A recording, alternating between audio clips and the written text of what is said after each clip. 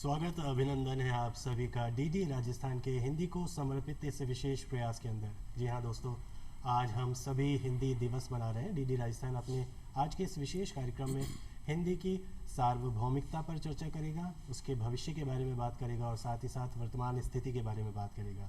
स्वागत है आपका आज के इस कार्यक्रम में। मैं हूँ आपके साथ मुजीब। आज के हमारे इस कार्यक्रम में 3 खास मेहमान स्टूडियो में मौजूद हैं। सबसे पहले हम आपका परिचय करवाते हैं और साथ ही साथ स्वागत करते हैं। मेरे सबसे करीब हैं प्रोफेसर राम सेवक दुबे साहब। आप कुलपति हैं जगत गुरु रामानंदाचार्य संस्कृत विश्वविद्यालय राजस्थान। उनके साथ में हैं राधिका देवी, आप सहायक निदेशक हैं इंदिरा गांधी पंचायती राज संस्थान में। और उनके पास हैं एक बैंक के अंदर कार्यरत ममता मीणा, आप मैनेजर हैं, राजभाषा विभाग देखती हैं और आपका साथ ही साथ हिंदी के साथ गहरा नाता भी है।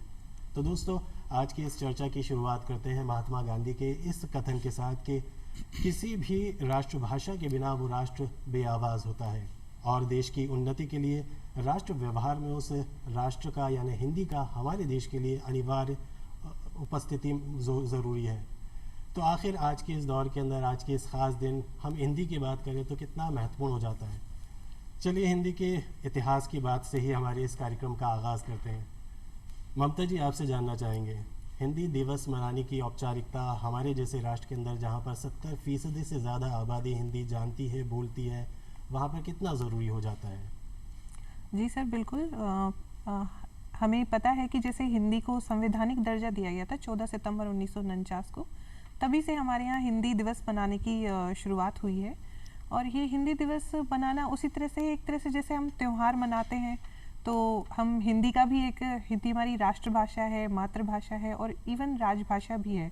तो इसलिए हम इसको एक त्यौहार के रूप में मनाते हैं ताकि हम इसको हमारी स्मृतियों में रहे। ये नहीं है कि हम अन्य भाषाओं से परहेज करते हैं। हमारी संस्कृति ही कुछ ऐसी है, भारतीय संस्कृति, कि हमने सभी भाषाओं को चाहे खान पान हो, चाहे पहनावा हो, हमने सभी को एक वसुधैव कुटुंबकम की तरह देखा है और सभी को अपनाया है। तो ये भारतीय संस्कृति की शुरू से परंपरा रही है, इसलिए हम हिंदी दिवस को मनाते आ रहे हैं। और यह हमारे देश की खूबसूरती ये है कि हम कहीं ना कहीं भाषा की भी एक संस्कृति समझते हैं, पहचानते हैं और उसको उसी तरह से पल्लवित करते हैं। प्रोफेसर दुबे साहब, आपसे भी बातचीत की शुरुआत करते हैं। दुनिया के 40 से ज़्यादा देश के छात्र हमारे साथ हिंदी सीखने के लिए हर साल पहुँचते हैं। ये हिंदी की स्वीकार्यता ही है और कहीं ना कहीं हमारे हिंदी के बढ़ते कदम भी हैं। उसके साथ साथ आपको क्या लगता है कि इस स्वीकार्यता को आप किस तरह से, किस नज़रिए से देखते हैं, चूँकि आप खुद शिक्षा जगत से प्रत्यक्ष रूप से जुड़े हुए हैं? बहुत धन्यवाद बंधुवर, आपने बहुत ही समसामयिक प्रश्न उठाया। वस्तुतः हिंदी हमारी मातृभाषा है, हमने इसको अपनी माँ से सीखा है। इसके प्रति हमारा एक सहज स्वाभाविक लगाव है, अनुराग है। और आज हिंदी भाषा पूरे विश्व में एक प्रमुख भाषा के रूप में जानी जा रही है, बोली जा रही है, लिखा पढ़ा जा रहा है, इसमें अपने विचारों को व्यक्त किया जा रहा है। वस्तुतः भाषा उसे कहते हैं जिसके माध्यम से हम अपने विचारों को व्यक्त कर लें। तो हिंदी दिवस एक त्यौहार के रूप में तो हम मना रहे हैं, लेकिन अब एक यह भी विषय है कि हिंदुस्तान में अभी हम हिंदी दिवस मना रहे हैं तो कहीं ये तो नहीं समझा जा रहा है कि हमें इसकी प्रगति करना है, अभी ये बहुत पिछड़ी हुई है। ये मेरे दृष्टिकोण से ऐसा नहीं है। हम इसके प्रति अपने अनुराग, अपने लगाव को व्यक्त करते हैं, इसलिए हम इसको मनाते हैं। लेकिन विश्व में अब हिंदी भाषा बहुत बहुभाषी हो गई है, बहुत लोगों के द्वारा जानी जाती है। कोई भी विचार, कोई भी साहित्य अब हिंदी, आप फिल्म जगत में भी जाइए, जितनी फिल्म हिंदी में प्रसारित हो रही, देखी जा रही है, जितना उसके प्रति रोचकता है लोगों के मन में, अन्य भाषाओं के प्रति उतनी नहीं है। तो हिंदी भाषा का हमारा यह लगाव हमें हिंदी दिवस मनाने के लिए विवश करता जरूर है। लेकिन मेरे विचार में एक बात अब और आने लगी है कि हिंदी को हम भारतीय भाषा दिवस के रूप में क्यों न मनाएं। जैसे हमारा अभी राष्ट्र आपने देखा भारत राष्ट्र कहा गया, उसी तरह से हमारी हिंदी भारतीय भाषा क्यों नहीं कही जाए। जहाँ भी जिस भी प्रांत में हिंदी के प्रति अभी लोगों में कम अनुराग है, अगर हम भारतीय भाषा के रूप में इस त्यौहार को मनाएं तो निश्चित रूप से उनके मन में भी हिंदी के प्रति बड़ा अनुराग जगेगा वैसे तो आप देखिए सारी भाषाओं में हिंदी के शब्द हैं। जो हमारी 14 भाषाएं भारतीय संविधान के अंतर्गत अनुमन्य हैं, उन सब में कोई ऐसी भाषा नहीं है जिसमें हिंदी के शब्द न होते हों। तो हम इसको भारतीय भाषा दिवस के रूप में अगर मनाएं तो सभी भाषाओं में सभी भाषाओं का सम्मिश्रण हो। भारतीय अभी नई शिक्षा नीति में ऐसा कहा गया कि हम त्रिभाषा फार्मूला अपनाते हैं। यकीनन, बल्कि हम हिंदी को भारतीय भाषा से बढ़ करके, अगर हम राधिका जी आपसे जानना चाहें, आज दुनिया की तीसरी सबसे ज़्यादा बोली जाने वाली भाषा को अगर हम वैश्विक भाषा का दर्जा दिलवाने की मांग रखें तो ज़्यादा बेहतर होगा। इससे भी बढ़ कर के साथ ही ये भी बोलें कि वो भाषा जो सारी दूसरी भाषाओं को जो हमारे आसपास है उसको पल्लवित करने में, उनको आगे बढ़ाने के अंदर, क्षेत्रीय पहचान को कायम करने के अंदर साथ देती है, तो ये अपने आप में हिंदी की विशेषताओं के साथ है। जैसा बोलते हैं, जैसा सुनते हैं, जैसा देखते हैं, वैसा ही लिखा भी जाता है। ये अपने आप में इसकी खासियत है। तो आपको इसको, इस तर्क को, इसके साथ इसकी व्यापकता को, सार्वभौमिकता को कैसे देखती हैं? बिल्कुल, देखिए निश्चित रूप से आज का जो परिप्रेक्ष्य चल रहा है उसमें हिंदी की सार्वभौमिकता, उसकी स्वीकार्यता बढ़ी है। आप चाहे फिजी से लेकर दक्षिण अफ्रीका तक जाएं, हिंदी बोलने वाले और समझने वाले लोग आपको मिल जाएंगे। मैं अगर बात करूं आंकड़ों की, तो हम देखें कि 1971 से लेकर अभी 2011 तक हिंदी बोलने और समझने वाले लोगों की जो संख्या है उसमें 161% की वृद्धि हुई है। देश के 12 राज्यों में 90% लोग जो हैं वो हिंदी को बोलते हैं, उसको समझते हैं। और जो विश्व के दूसरे देश हैं वो भी ज़बरदस्त हिंदी की पैरवी करते हैं। विश्व के अनेक विश्वविद्यालयों में, स्कूलों में, कॉलेजों में हिंदी पढ़ाई जाती है। तो ये हिंदी की व्यापकता का ही संकेत है, बता रही है कि ये चीज़ें कि हिंदी अपना वर्चस्व, अपना प्रभुत्व कायम कर रही है। हिंदी के प्रचार प्रसार को लेकर के ममता जी आपसे जानना चाहूँगा, जो कवायद की जा रही है, जैसे हम हिंदी दिवस मनाते हैं, इसके साथ साथ और भी बहुत सारी चीज़ें हैं जो लगातार इसके साथ जुड़ रही हैं, आप इसको कैसे देखते हैं? 70% से ज़्यादा आबादी देश के अंदर हिंदी बोलती है, लेकिन अगर हम ग्लास को 70% बढ़ा देखें या ये देखें कि 30% की चुनौती अभी भी हमारे सामने है, तो इसको आपका नज़रिया क्या होगा? सर जी बिल्कुल, ये वैसा ही नज़रिया सर। हम किसी चीज़ को या तो सकारात्मक पक्ष में देखें या नकारात्मक में, तो हम इसको सकारात्मक पक्ष में देख सकते हैं कि 70% तो हमने उस चुनौती को पार कर लिया है। सिर्फ 30% की है, तो प्रयास जारी है और ये प्रयास हमेशा चलता रहेगा, क्योंकि हमारा देश विविधताओं से भरा है। इसमें चुनौतियाँ भी कम नहीं हैं, भाषा के साथ साथ बहुत सारी वैसी भी चुनौतियाँ हैं। तो इसको हम सकारात्मक पक्ष में देखें तो ये देश निरंतर प्रगति पर है, भाषा की दृष्टि से भी और अन्य दृष्टियों से भी, तो ये निरंतर प्रगति करेगा। प्रोफेसर दुबे साहब, आपसे जानना चाहेंगे, साहित्य किसी भी भाषा और संस्कृति को समझने का आईना होता है। हिंदी के संदर्भ में साहित्य में हो रहे हमारे प्रयास, उसको आप किस संकेत के रूप में देखते हैं? क्योंकि बीते दिनों हमारे देश की, विशेषकर हिंदी भाषा के साथ जो एक विश्व परिदृश्य के अंदर हुआ कि बुकर प्राइज़ के तौर पर पहली बार हिंदी के एक नॉवेल को ये साहित्य का एक प्रतिष्ठित पुरस्कार मिला है, तो हमारी भाषा के संदर्भ में इस तरह के पुरस्कारों का पाना अपने आप में हिंदी की सार्वभौमिकता को सिद्ध करता है?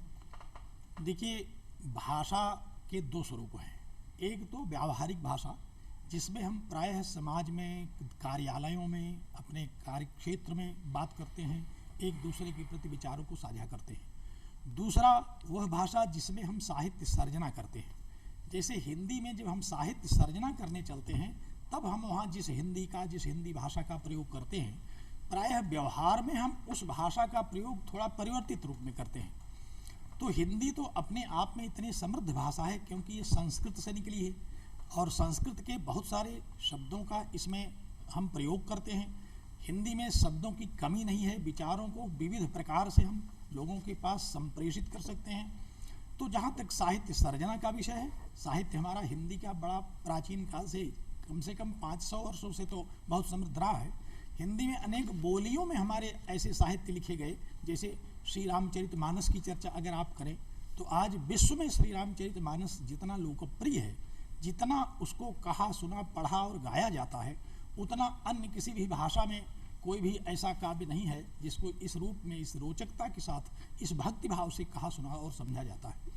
तो साहित्य और भाषा, साहित्य सर्जना की भाषा और लोक व्यवहार की भाषा, हमें थोड़ा सा इसमें अंतर करना पड़ता है। और जैसे अभी आपने ये बात कही बुकर पुरस्कार वाली, तो मैं थोड़ा इसमें और जोड़ना चाहूँगी कि ये जो पुरस्कार मिला है रेत का मकबरा जो आपने बताया उसके लिए, तो ये भारत के लिए एक तो बहुत बड़े सम्मान की बात तो है ही, साथ ही हिंदी की जीत का संकेत भी है। इससे निश्चित रूप से जो हिंदी साहित्य के प्रेमी है वो उनमें एक नई उम्मीद जगेगी, हिंदी के लेखन और पठन को उसमें भी एक नई प्रेरणा का संचार होगा। साथ ही ये जो पुस्तक है ये अनुवाद साहित्य पर भी फोकस करती है।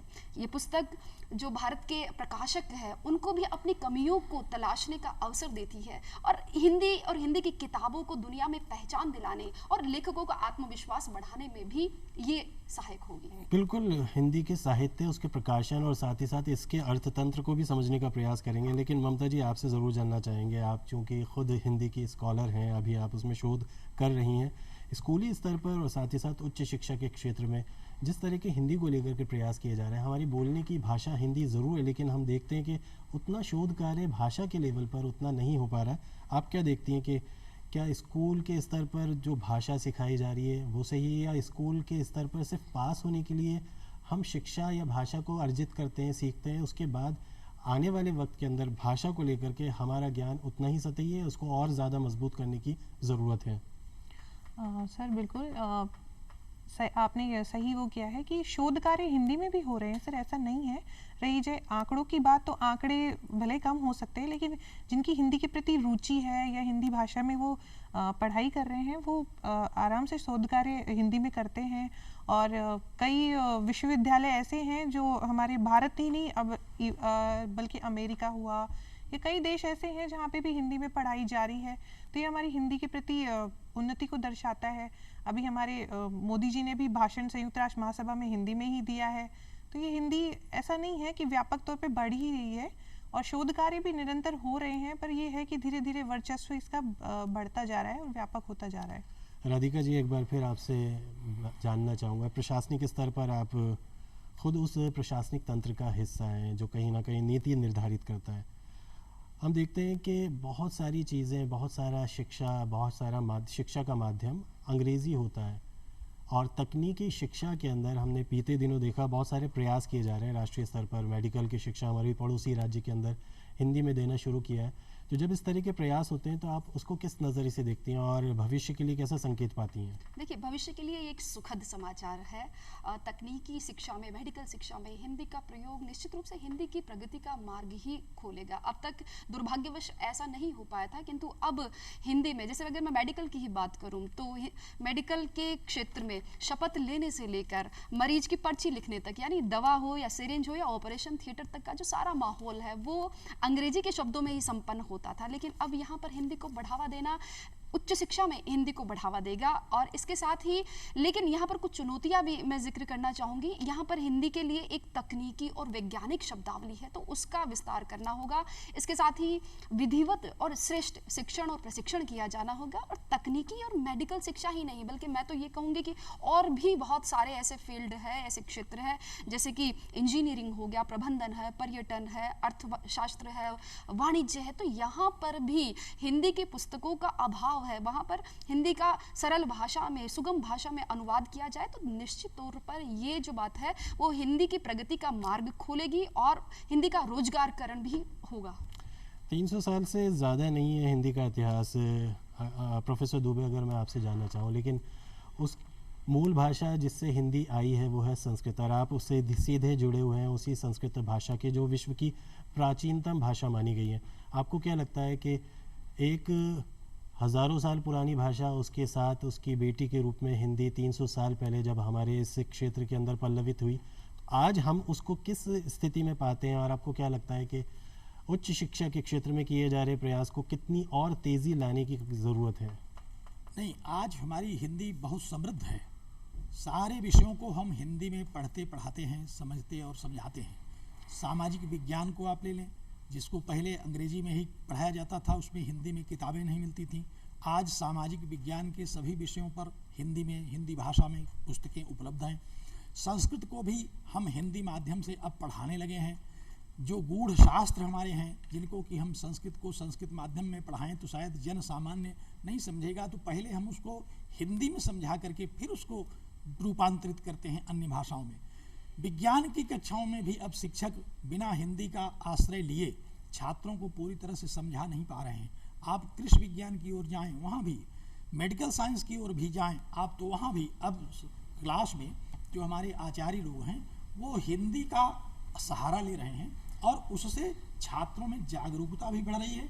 छात्र विषय को मौलिक रूप से समझ भी रहे हैं, समझा पा रहे हैं। तो आज हमारी हिंदी बेटी के रूप में ही संस्कृत की सही, लेकिन बहुत समृद्ध है और अब धीरे धीरे युवा के रूप में हम इसको देख रहे हैं। और उत्तरोत्तर जिस तरह से सरकारें हिंदी पर जोर दे रही हैं, जिस प्रकार से लोगों में जागरूकता बढ़ी है, तो हमारी हिंदी समृद्धतम हो जाएगी। बहुत ही यकीनन भविष्य सुखद है। लेकिन वर्तमान स्थिति की बात करें ममता जी, आप बैंक प्रोफेशनल के तौर पर सीधे लोगों से जुड़ी होती हैं। हम देखते हैं कि अक्सर बैंक्स के अंदर स्लोगन तो बहुत होते हैं, लेकिन उन स्लोगन से आगे बढ़ करके लोगों ने अब हिंदी को अपनाना शुरू कर दिया। प्रशासनिक स्तर पर आप हिंदी की इस व्यवस्था से कितनी संतुष्ट हैं और लोगों का प्रतिसाद कैसा मिल रहा है आपको? सर बिल्कुल, देखिए बैंकिंग में हमारा सीधा संपर्क ग्राहकों से होता है। ग्राहक ही हमारे सबसे महत्वपूर्ण होते हैं। इवन ग्राहकों को हम बैंकिंग में ये ग्राहक को वो सबसे ऊपर रखा जाता है। तो हमें इसे सबसे पहले हमारे बैंकिंग उत्पादों को भी हमें अगर बाज़ार में लाना है तो हमें ग्राहकों से सीधा जुड़ना पड़ता है और उसके लिए हमारे ग्राहक अधिकतर हिंदी भाषी हैं, तो उसके लिए हमें संपर्क भाषा के रूप में वैसे हिंदी का प्रयोग वैसे ही करना होता है। तो अगर ग्राहकों से हम उनकी संप्रेषण भाषा में ही बात करते हैं या उनसे उसी में कार्य करवाते हैं तो वो ज़्यादा अच्छी तरह से उसको समझ पाते हैं, हमारे उत्पादों को, बैंकिंग उत्पादों को या बैंक के जितने भी वो हैं। तो हमारे जितने भी ऐप हैं, बैंक के डिजिटल ऐप हैं या फिर डिजिटल उत्पादों से संबंधित जितने भी मोबाइल बैंकिंग हैं आजकल हिंदी में ही उपलब्ध करवाए जा रहे हैं। बैंकिंग में जितने भी ग्राहक के फॉर्म भरे जाते हैं या फिर खाता खोलने के फॉर्म है, अधिकतर वैसे द्विभाषी होते हैं लेकिन हिंदी में ही ग्राहकों के द्वारा भरे जाते हैं, तो उनको सुविधा होती है सर उससे। तो वो हमसे क्या सीधे जुड़ पाते हैं। हमारी जितनी भी डिजिटल उत्पादों की स्कीम चलती हैं वो भी हम अगर हिंदी में प्रचार प्रसार करते हैं तो उसको अच्छी तरह से समझ पाते हैं और उसका अच्छी तरह से लाभ ले पाते हैं ग्राहक। राधिका जी, आपसे जानना चाहेंगे, अभी ममता जी ने ऑनलाइन शब्द का इस्तेमाल किया। डिजिटल होती इस दुनिया के अंदर हम देखते हैं कि हिंदी की व्यापकता इससे भी परिलक्षित होती है कि दुनिया के किसी भी हिस्से के अंदर कोई सर्च इंजन बनता है, कोई बहुराष्ट्रीय कंपनी अपनी कोई एप्लीकेशन बनाती है या कोई गेमिंग कंसोल बनता है, उसके अंदर हिंदी को लेकर के ऑप्शन ज़रूर रखा जाता है। तो ये हिंदी की ताकत को सबके सामने रखती है और हम इसी तरह से हम प्रशासनिक स्तर पर भी देखते हैं कि वहाँ पर हर प्रयास के अंदर हिंदी को लेकर के अपनी ख़ास जगह रहती है। तो विश्व परिदृश्य के अंदर भारत और हिंदी के बढ़ते कदम को आप कितना मजबूत पाती हैं? देखिए, जैसे अभी आपने बात कही कि जो दिग्गज फ़ोन निर्माता है या सॉफ्टवेयर एप्लीकेशन निर्माता कंपनियां वो हिंदी का विकल्प उपलब्ध करवा रही है। इसका मतलब यही है कि हिंदी की लोकप्रियता बढ़ी है, उसकी सार्वभौमिकता बढ़ी है। हिंदी बोलने वाले लोगों की तादाद, जैसा कि हम चर्चा कर चुके हैं कि विश्व में तीसरे पायदान पर हिंदी आती है। हर 5 में से 1 व्यक्ति हिंदी को इंटरनेट के रूप में हिंदी के द्वारा ही इंटरनेट को प्रयोग करता है, हिंदी से ही वह उसका प्रयोग करता है। तो ऐसे में हिंदी का जो बहुत बड़ा बाजार है, तो इतना बड़ा बाजार जब है तो ऐसे बाजार के अनुरूप विकल्प उपलब्ध करवाना, हिंदी की सार्वभौमिकता बढ़ना, ये सब स्वाभाविक बातें हैं। प्रोफेसर दुबे, आपसे ज़रूर जानना चाहूँगा, हिंदी दिवस मनाने के साथ ही एक तबका ऐसा भी होता है जो हिंदी और अंग्रेज़ी की बहस को छेड़ देता है या यूँ कहें दूसरी ज़बानों के सामने, भाषाओं के सामने हिंदी को सामने ले आता है। इस बहस को आप कैसे देखते हैं? मैंने प्रारंभ में ही आपसे कहा कि जब हम इस हिंदी दिवस को भारतीय भाषा दिवस के रूप में अगर मनाएं तो अपने आप अंग्रेजी से हम हट जाएंगे, क्योंकि भारतीय भाषाओं में जो हमारी 14 भाषाएं वो सब भाषाओं में मिल जाएंगी। ऐसी परिस्थिति में हमें अंग्रेजी का उतना ही सहारा लेना पड़ेगा जितना हमारी विवशता है इंटरनेशनल लेवल पर। लेकिन अब अगर सारी भाषाएं हिंदी के साथ, हिंदी को सारी भाषाओं के साथ मिलकर के हम हिंदी दिवस को नहीं बल्कि हम इसको भारतीय भाषा के रूप में अगर मनाएं तो हमारी भाषा बिल्कुल मुक्त हो जाएगी। और यह जो समस्या है आज, क्योंकि हम अनुवाद की भाषा को लेते हैं, अंग्रेजी का अनुवाद हम हिंदी में खोजते हैं, तो फिर हम उन्हीं शब्दकोशों पर जाते हैं जो कि मूल शब्द से ज़्यादा कठिन अनुवाद हमको दे देते हैं। अगर हम थोड़ा सा सारी भाषाओं को सारी भाषाओं में मिलाएं तो स्वाभाविक रूप से व्यक्ति के पास शब्दों की कमी नहीं है, वो अपनी बात सरल भाषा में, भारतीय भाषा में कहेगा। तो इस प्रकार जो हिंदी का वर्चस्व बनेगा वो सभी भाषाओं के सम्मिलित प्रयास से, और अंग्रेजी का जो वर्चस्व बना हुआ है वो तभी कमजोर होगा जब सारी भारतीय भाषाएं एक रूप में मनाई जाएं। तो उससे क्षेत्रीय सौमनस्य, भाषागत सौमनस्य, मानसिक सौमनस्य, शैक्षणिक सौमनस्य सब कुछ हमारा तैयार हो जाएगा। इसीलिए मैंने आरंभ से, और मेरा ये अंतिम निश्चय भी है कि अगर हम इसको भारतीय भाषा के रूप में मनाएं तो पूरे देश में मनाई जाएगी। पूरे देश के लोग अपनी मातृभाषा के साथ हिंदी को जोड़ करके पढ़ेंगे और पढ़ाएंगे। तो हिंदी के साथ भी सबका साथ सबका विकास का ये सबका साथ नारा सबका फिट विकास, बैठता है। बिल्कुल। राधिका जी, आपसे जानना चाहूँगा, प्रशासनिक तंत्र के साथ जुड़ी हुई है, रोजगार के क्षेत्र के साथ अगर हम हिंदी भाषा को जोड़ें तो उसके लिए आप कैसी स्थिति पाती हैं और क्या भविष्य देखती हैं? देखिए, रोजगार की दृष्टि से देखा जाए तो हिंदी के समक्ष ये बहुत बड़ी चुनौती है कि वह अभी भी रोजगार की भाषा नहीं बन पाई है। जैसा कि आपने कहा कि बच्चे परीक्षा में पास होने के लिए तो हिंदी पढ़ते हैं, व्याकरण और उसके नियम पढ़ते हैं, लेकिन उन्हें अपने जीवन में उतारने के लिए नहीं। अभी भी अगर हम देखें तो बहुत सी बहुराष्ट्रीय कंपनियां हैं, उनके जो रोजमर्रा के काम है वो हिंदी में ही संचालित होते हैं। निहित स्वार्थों के लिए भी हिंदी का विरोध किया जाता है। तकनीकी शिक्षा और उच्च शिक्षा में हिंदी परीक्षाओं में हिंदी माध्यम की कमी है, हिंदी पुस्तकों की उपलब्धता भी नहीं है।